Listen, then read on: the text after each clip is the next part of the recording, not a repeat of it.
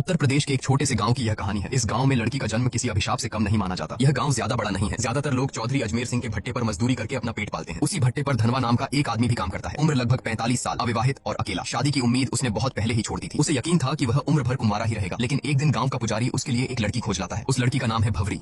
उम्र करीब 21-22 साल। गांव में लोग कहते हैं कि वह बड़ी मनहूस है। वजह भी अजीब है। अब तक उसकी 3 बार शादी तय हुई, लेकिन हर बार दूल्हा मौत के मुंह में चला गया। एक की मौत तो मंडप में ही हो गई, दूसरा रिश्ता कभी मुकाम तक पहुंचा ही नहीं, और तीसरा तो सबसे दर्दनाक, शादी के दिन ही दूल्हा घोड़े से गिरकर मर गया। भवरी की शादी में आए 5 खास लोग कहानी की असल परत खोलते हैं। पहला है चौधरी अजमेर सिंह, गांव का सबसे बड़ा जमींदार और रोजगार दाता। दूसरा है उसका मैनेजर सौरभ, जो पहले मजदूर था लेकिन अब चौधरी का खास गुंडा बन चुका है। मजदूरों से हफ्ता वसूली करना और उन पर दबंगई दिखाना उसका काम है। तीसरा है गांव का पंडित, धर्म के नाम पर ढोंग करना, पैसों के लिए तंत्र मंत्र रचाना और औरतों की इज्जत लूटना, यही उसका असली चरित्र है। चौथा है गांव का दुकानदार, जो उधार तो देता है लेकिन बदले में औरतों के जिस्म पर बुरी नजर डालता है। और पांचवा, सबसे खतरनाक, गांव का डॉक्टर, जिसे लोग भगवान का रूप मानते हैं लेकिन असल में वह इंसानियत का सबसे बड़ा गुनहगार है। भवरी की शादी में चौधरी के 2 छोटे भाई दया और गोपाल भी मौजूद हैं। दोनों ही अपने बड़े भाई पर गुस्सा निकाल रहे हैं कि उसने धनवा की शादी इतनी जवान और खूबसूरत लड़की से कैसे होने दी। ये दोनों गांव के छठे हुए बदमाश हैं। गांव में शायद ही कोई ऐसी लड़की बची हो जिस पर उनकी गंदी नजर न पड़ी हो। शादी वाले दिन जब पूरा गांव दावत में मस्त था, उसी रात चौधरी के दोनों भाई ने वह किया जिसकी किसी ने कल्पना भी नहीं की थी। वह गांव की एक मानसिक रूप से विक्षिप्त लड़की बसंती को बहला फुसलाकर जंगल में ले गए और दरिंदगी की सारी हदें पार कर दी। उसके बाद इस डर से कि कहीं वह किसी को सच न बता दे, उसे बेरहमी से मार डाला और लाश नदी में फेंक दी। उन्हें लगा कि यह मामला भी वैसे ही दब जाएगा जैसे पहले दबते आए हैं, लेकिन इस बार बात केवल कुकर्म तक सीमित नहीं थी, ये हत्या भी थी। गांव के लोग सन्न थे और पुलिस इंस्पेक्टर की चौधरी से पुरानी दुश्मनी भी सब जानते थे। अगले ही दिन जब चौधरी अपने भाइयों को पश्चाताप कराने मंदिर ले गया,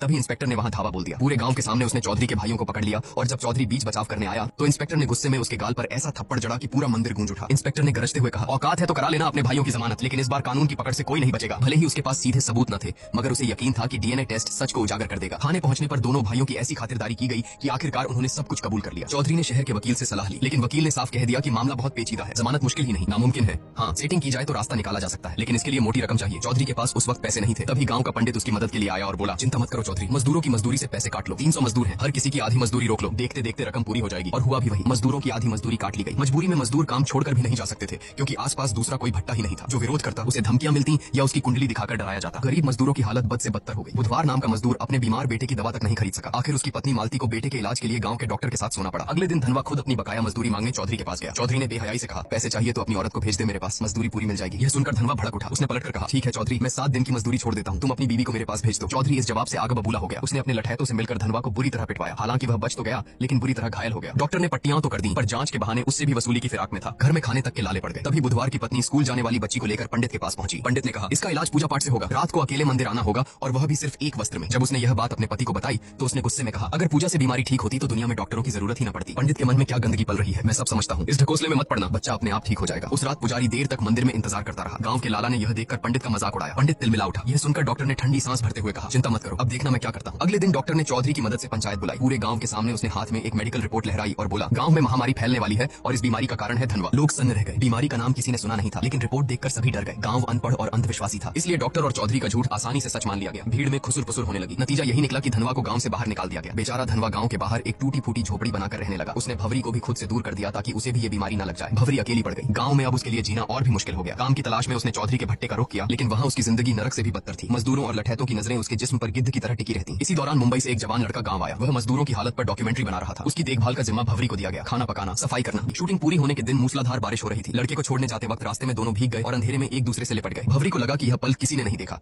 लेकिन सोरेन के आदमी ने उन्हें रंगे हाथों देख लिया। अगले ही दिन यह खबर आग की तरह गांव में फैल गई। 5 बड़े रसूखदार बौखला गए। लड़के को सबके सामने बुरी तरह पिटवाया गया और पंचायत में भवरी पर आरोप लगाया गया।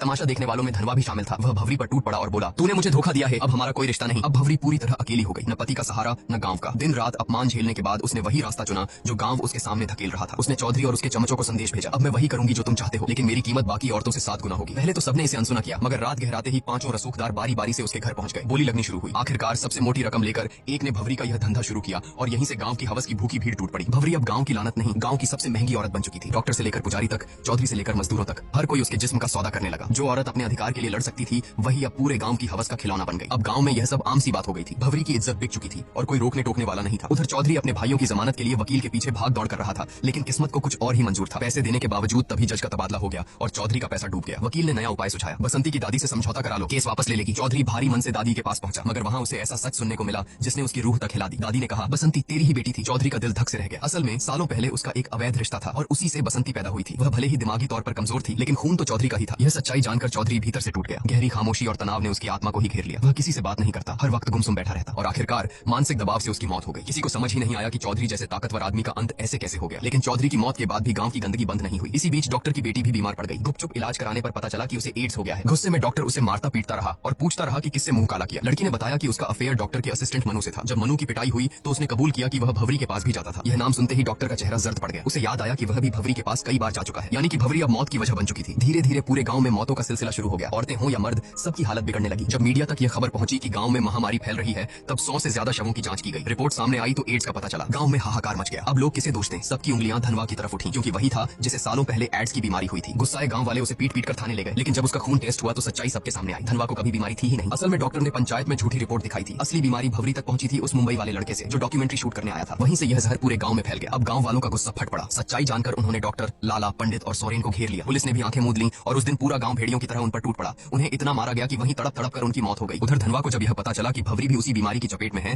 तो वह उसे आखिरी बार देखने गया, लेकिन तब तक भवरी की मौत हो चुकी थी। धनवा ने भारी दिल से उसकी चिता सजाई और पूरे सम्मान के साथ अंतिम